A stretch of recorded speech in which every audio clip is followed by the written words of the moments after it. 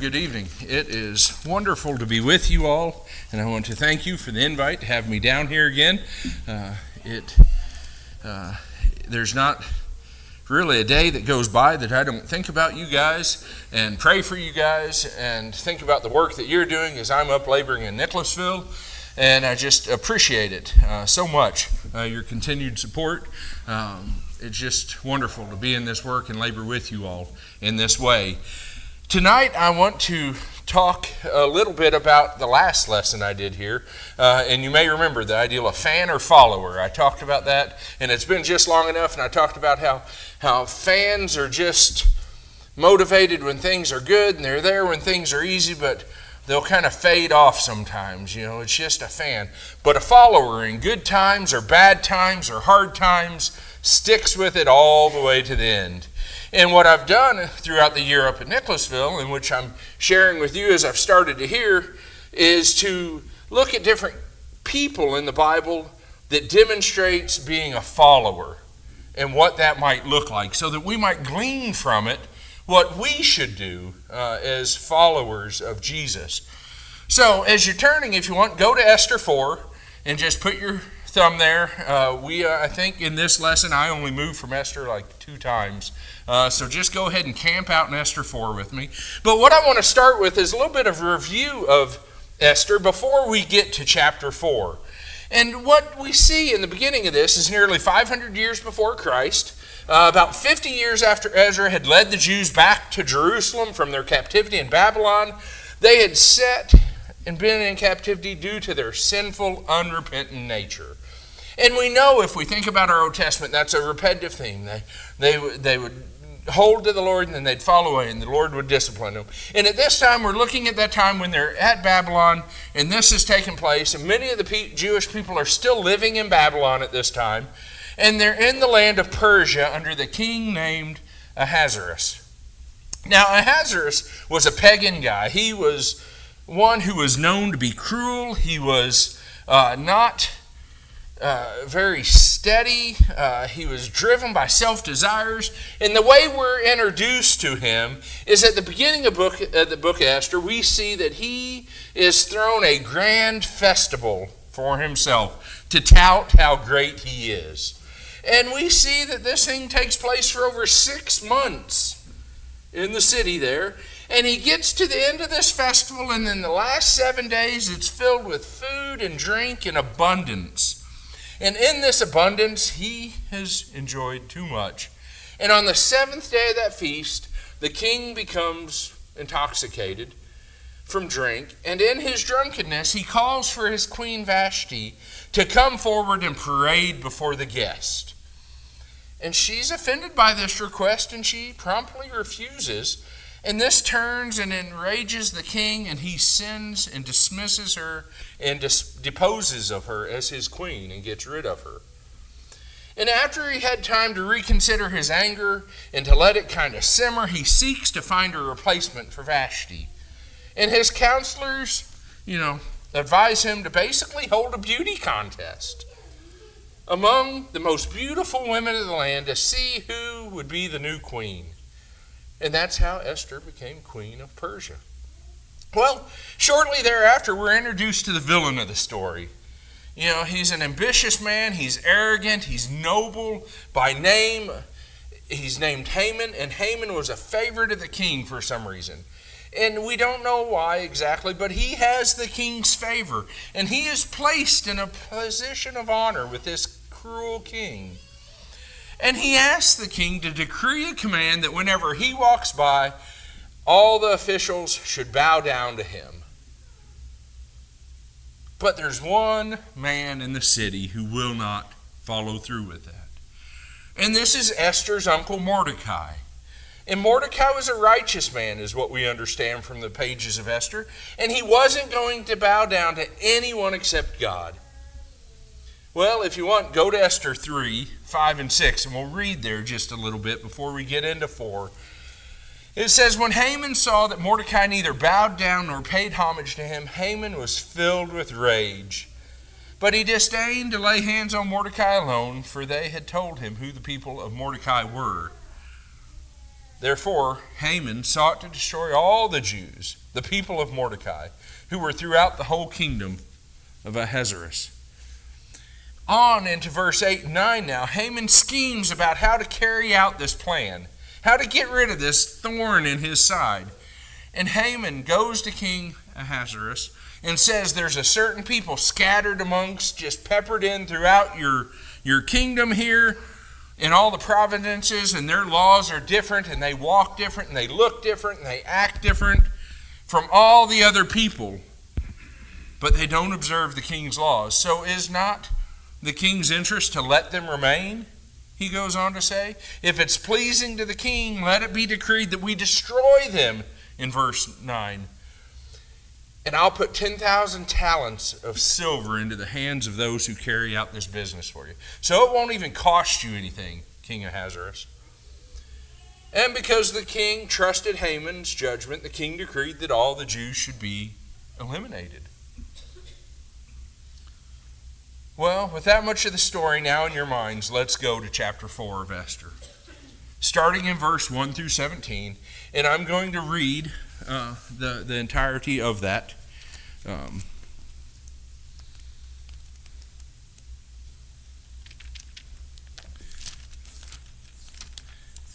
I am in a different Bible than I usually like to use, and a different version. So it's one of those things. I would prefer another one. So you're just, if you don't mind, bear with me. I'm going to grab my New American Standard from my phone.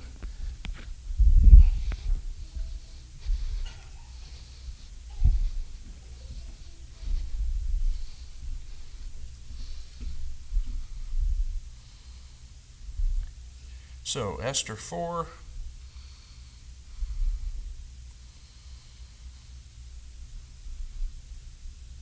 Starting in verse 1. When Mordecai learned all that had been done, he tore his clothes, put on sackcloth and ashes, and went out to the midst of the city and wailed loudly and bitterly. He went as far as the king's gate, for no one was allowed to enter the king's gate clothed in sackcloth. In each and every province where the command and decree of the king came, there was a great mourning among the Jews, with fasting, weeping, and wailing. And many lay on sackcloth and ashes. Then Esther's maidens and her eunuchs came and told her, and the queen writhed in great anguish. And she sent garments to clothe Mordecai, that he might remove his sackcloth from him, but he did not accept them. Then Esther summoned Hathach from the king's eunuchs, who the king had appointed to attend her, and ordered him to go to Mordecai and learn what this was and why it was. So Hathach went out to Mordecai, to the city square in front of the king's gate. And Mordecai told him all that had happened to him, and the exact amount of money that Haman had promised to pay to the king's treasuries for the destruction of the Jews. He also gave him a copy of the text of the edict which had been issued in Susa for the destruction, that he might show Esther and inform her, and to order her to go in to the king to implore his favor and to plead with him for her people. Hathach came back and related Mordecai's words to Esther. Then Esther spoke to Hathach and ordered him to reply to Mordecai. All the king's servants and the people of the king's province know that for any man or woman who comes to the king or the inner circle court who is not summoned, he has but one law, that he be put to death, unless the king puts forth his golden scepter, so that they may live. And I have not been summoned to come to the king for these 30 days. They related Esther's words to Mordecai. Then Mordecai told them to reply to Esther, "Do not imagine that you in the king's palace can escape any more than any other Jews. For if you remain silent at this time, relief and deliverance will arise for the Jews from another place, and you and your father's house will perish. And who knows whether you have not attained royalty for such a time as this?" Then Esther replied and told them to reply to Mordecai, "Go, assemble all the Jews who are found in Susa, and fast for me. Do not eat or drink for 3 days, night or day. I and my maidens will fast in the same way, and thus I will go unto the king, which is not according to the law. And if I perish, I perish. So Mordecai went away and did just as Esther had commanded him. You think about this for a minute, and I'm going to sub into this with a story, actually from Civil War times. And it was a story about Abraham Lincoln. And it was said that Abraham Lincoln at times would meet with the Presbyterian Church in Washington, D.C. there. And he would listen intently as the minister would open the scripture, and he would talk of God's word, and he would lead the congregation in the worship that was taking place at this time. And the war at that time was tearing the nation apart. And it tore at his soul as well. And he had just lost his son at that time. And now Lincoln, in a grieving, worried state about the nation, is listening to this man. And the preacher finally finished that message that morning, and the president quietly stands up, straightens his coat, gets his top hat that everybody is so familiar with, and his aide stops him and he says, "What did you think of the sermon, Mr. Lincoln?" And he answered, "I thought the sermon was carefully thought through and eloquently delivered." And the aide said, "You thought it was a good sermon then?" And Abe Lincoln replied, "No, I thought he failed. He did not ask of us something great." The preacher hadn't asked his congregation to do something great. He hadn't challenged the people that morning, or the president to do more with their lives. And that disturbed President Lincoln, is what the story goes on to say, as he saw his nation in turmoil and saw himself struggling with pain and loss. Abraham Lincoln understood a central truth, I believe, from that story of history, and that was when life is difficult and the world is filled with struggles and hardships and pain, that's when God calls on his people to do something. And I think it's a repeated theme, a repeated cycle in the Scriptures. When God comes into contact with people in the Scriptures, they are usually moved to do things and to be fiercely faithful followers. And sometimes they're moved to do some great big things that we will probably never be called on to do, like Noah building the ark. I can't fathom that. Or Moses leading the people out of slavery of Egypt. Or Joshua taking down the walls of Jericho by walking around it. Or David taking a smooth stone and a sling and killing the giant. But other times the Lord also comes into these people in contact with them with just little things to do that make big differences, such as a little boy sharing his lunch of 5 loaves and 2 fish, and Jesus making something great out of feeding 5,000 with it. Or the woman that Jesus meets at the well and goes back to her village and brings them out and says, "You need to meet the man that I met," and it changed the lives of that village.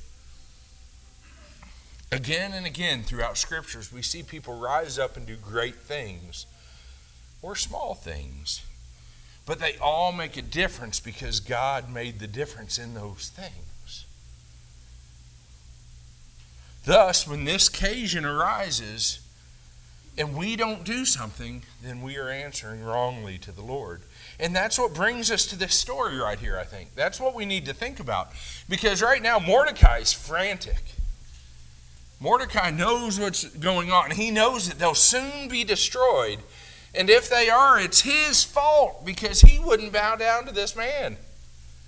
The nation, imagine the weight of that on your shoulders. I sometimes think about the weight of being a husband or a father, but imagine the genocide of a nation on your shoulders because you wouldn't bow down to an official. That's a pretty big stand. So he tears his clothes, he puts on sackcloth, he throws ashes on his head, and he makes his way throughout the city, and he ends up outside the palace, knowing he can't go any farther than that because the king would not allow that in his palace. But he cries out bitterly. Now, Esther hasn't heard the edict yet. We know that yet. And she has no idea the danger that her people are in at this time. But there's no ignoring the loud cries of Mordecai outside the city wall at this time. There's no getting around this. There's a disturbance going on. And Mordecai probably is just lucky that the king didn't hear this disturbance first. But there's a disturbance going on because he's rent by what has been decreed. So she sends out her attendees. They go out and they get the news. What's wrong? And he sends them back. And Mordecai is very clear what needs to be done and what he wants and what he expects Esther to do. He expects her to do something about this impending disaster. He expects her to go talk to the king because he realizes she's the only one that can do anything about this problem. But Esther doesn't want to, does she? She doesn't want to get involved. She explains this isn't a good time to approach the king. In fact, there's never a good time to approach the king because he's a dangerous man and she might be putting her own life in danger. Well, so why doesn't Esther want to intercede for her people? What might be the answer we give? Why doesn't she want to approach the king? What emotion is behind this refusal of Esther at this time? She's afraid. She's afraid. A lot of times, one of the reasons you or I might not do something, why we would not want to obey God sometimes, is because we're afraid. Fear comes in all kinds of shapes and sizes. A psychologist from Yale wrote up a little snippet, and he compiled a list of what some of the prominent fears were amongst people. He said one was a fear of failure, one was a fear of commitment, one's a fear of trusting others, one's a fear of thinking or speaking publicly, one's a fear of being alone. And he says he could have made the list a lot longer, but all those things he thinks culminates the top of that list and proves that fear is a very real emotion in people's lives. It controls us sometimes. It limits us. I'd even go as far to use the word it enslaves us sometimes because we will just freeze up. And God doesn't want that. He doesn't want us to fear the rule or fear and let it rule over our lives. And he's so repeatedly about this that through the scriptures, someone else did the math and the work on it, but they said, do not be afraid or fear not is used 365 times throughout the pages of Scripture. I added, well, that's one a day. I ought to be able to make it through the year. I need to probably read all 365 every day of every year. But there's enough for once a day to be able to remind myself, fear not, because of who I respect. And what's funny is then it's kind of irony in some ways, but the only way to get past the fear of our lives is to fear a little bit more. And who is that fear got to be of? God. So how do I overcome these fears in my life? I fear the Lord more. And then it puts it in perspective. It just makes it look. It's kind of like times in past I've seen different things, and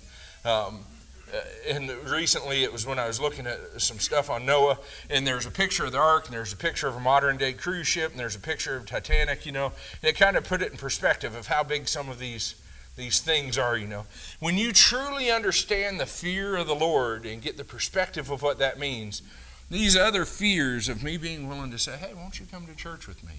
Or don't be scared of this. You've got heaven as eternity. You know what? This sickness is awful and it is horrible. But if the life ends here and you fear the one that you need to fear, you will have eternity forever. And I know that sounds hard if you're going through that fear at that time, so I do not make light of that comparison. But it will be okay because we have the fear that we need of, and that's the true fear of the Lord. Well, you can overcome your fears the same way Esther did. But see, the point is, she had a Mordecai to help push her do that.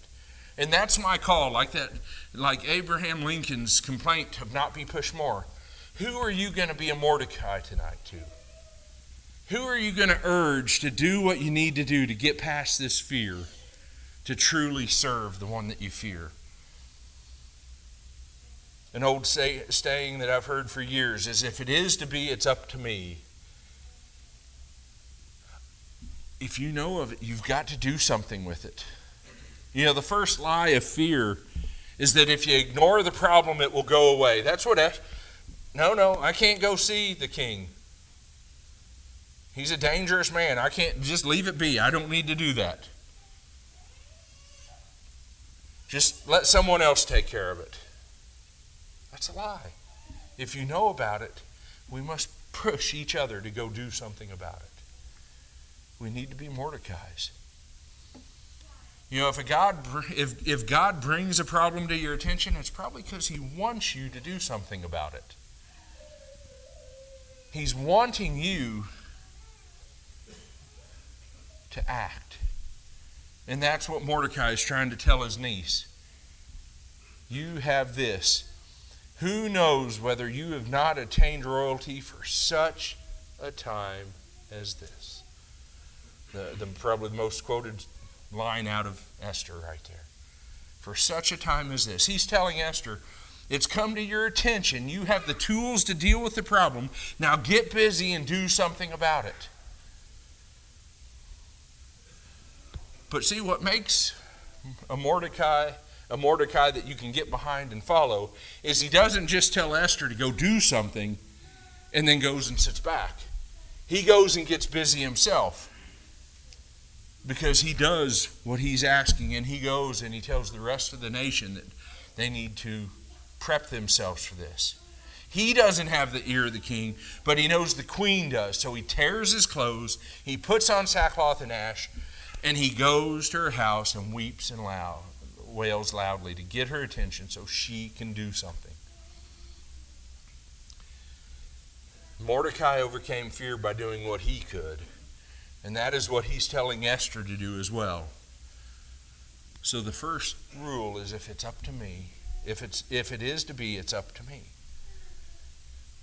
And the second key about fear usually is that overcoming fear is knowing that if you don't go and do something, trouble will grow. If you don't do something with this problem that you're facing right now, it will get bigger and bigger and bigger on you. Anybody ever had a roof leak in here? And you don't want to get up off the roof and fix it, and you don't want to mess with it, you don't want to get the ladder out, and it's not looking real rainy this week, I can put it off a few weeks. And then the weatherman gets it wrong like he does sometimes, and the next thing you know, you've got a sheet of drywall laying in the floor of your kitchen. Problems just get bigger. They don't usually get smaller unless you act on them. And that's what Mordecai is telling Esther when he says this in Esther 4:13-14. Then Mordecai told them to reply to Esther, do not imagine that you in the king's palace can escape more than all the Jews. For if you remain silent at this time, relief and deliverance will come for the Jews, but from another place, and your father's house will perish. And who knows whether you have not attained royalty for such a time as this.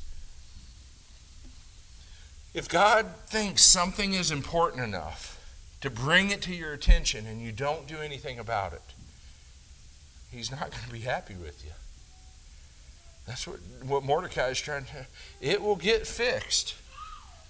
But do you want to say, Lord, I'm sorry, I didn't do it for you?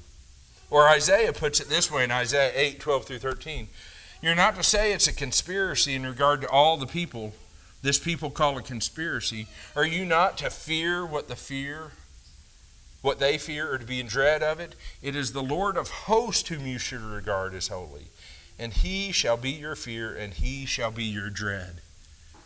Mordecai is trying to tell her, don't be scared of what king can do to you. Be scared of what the Lord will do to you if you don't act when He's given you this problem. Psalms 34 puts it in perspective for us. And I love it when I lay this here and I just forget to click through all my scriptures here for you. I'm sorry. That's when you can tell I've really gotten into the lesson. The angel of the Lord, in verse 7, encamps around those who fear him and rescue them. Oh, taste and see that the Lord is good. How blessed is the man who takes refuge in him. Oh, fear the Lord, you his saints, for to those who fear him there is no want. Esther, you're here for this problem. How can adding a fear to your fears help you control them? It's because you put it in place of who that rock is, and it's the Lord. I read another little story, and it made sense. I can see this in my head. And it talked about this family, and they had this old hound dog out on the farm. And that old hound dog, when the weather would get cold, he was allowed to come in the basement, and he was allowed to come to the top step of the stairs, but he knew not to go into the kitchen, because if he went past that step, the father of the house would get on that dog and discipline that dog, whether it was a swat with the paper or whatever it was. But that dog, when the dad was in that house, it never broke that step. But when the storm came and the house was being battered, that dog broke that step and didn't go with the son, didn't go over to mom. He went and hid under the chair of the guy that disciplines him, because he had the mindset, if he can discipline me and take care of me during those times, he can take care of me in these storms of life. Go hide under the Lord's chair when these types of storms come in your life. Get close to the one that can take care of all of this in your life. God's recipe for conquering our fears is to realize he is the only one we need to fear. And if we place his desires of what he wants us to do with our lives above everything else, he has the power and desire to protect us from everything we might fear in this life. And that does not mean that it may take it away in this life. But my fear isn't about this life. My fear is about where my eternal life will be. And he has the power to do something about that.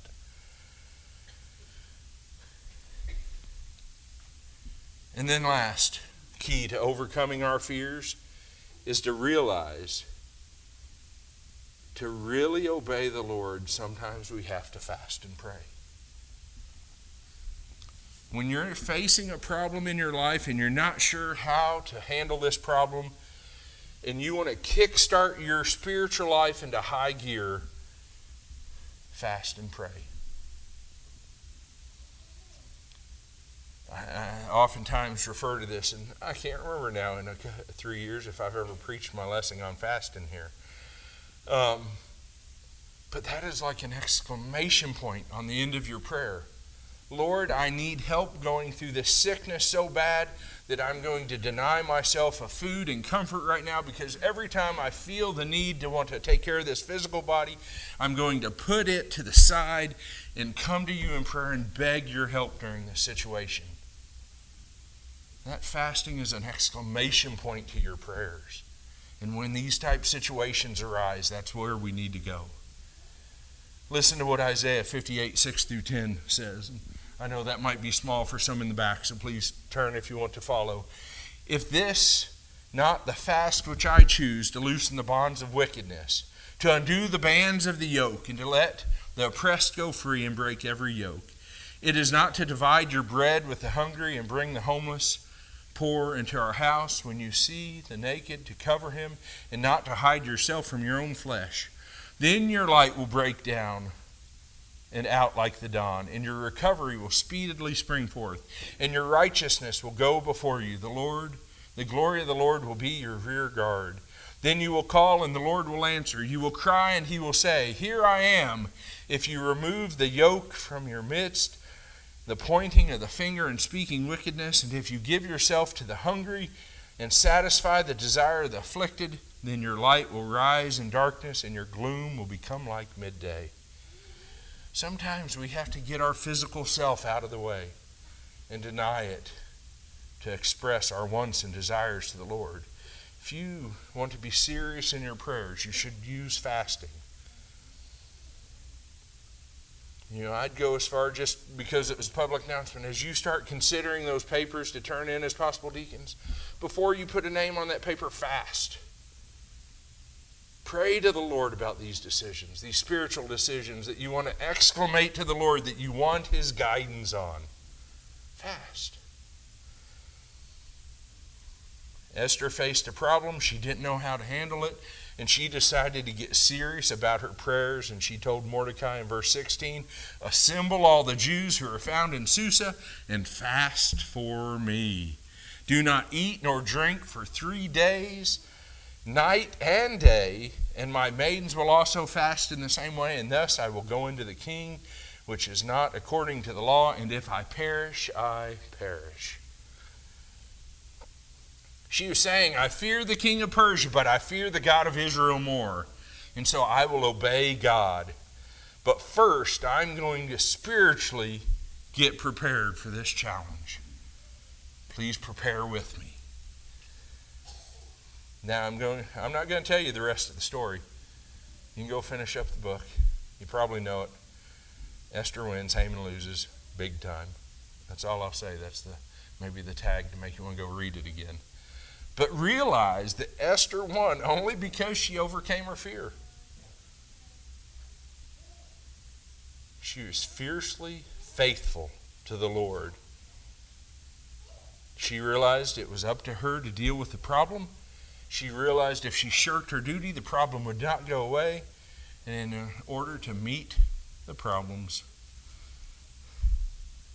she asked for fasting and prayer. And she overcame because she made a choice. And her choice was fearing God more than fearing the unknown. Well, tonight as we get ready to close here, and in a moment we're going to have an invitation song. There is none known before us even if we don't fear the Lord. We're going to have what we often call the invitation song. And what that invitation is that's an invitation for those here that maybe have never put on or put their old man to death through baptism, or put on Christ through baptism, and joined their lives to Him and made that decision because they've heard His word and they have repented of what they've been doing that's not in concordance with the Lord, and they're changing their ways, and you confess Jesus as Lord, and then you put on that watery death in baptism. Or maybe we're acting like a Mordecai for you tonight, and we're urging you here to do what is right for the Lord. And you've just slipped a little bit. Something's came up. There's times in my life that I know I need prayer. And I'll reach out to the men of the congregation. I'll reach out to the congregation and say, pray for this with what's going on. But this invitation tonight is exactly what that little phrase in 14 was. For such a time as this, we've come to this time for you to make a decision to fear the God of heaven in some way tonight. Either through obedience of baptism or setting yourself right with Him. But if that can take place, as I get ready to skip my last slide, so I can say I did them all, come as we stand and sing.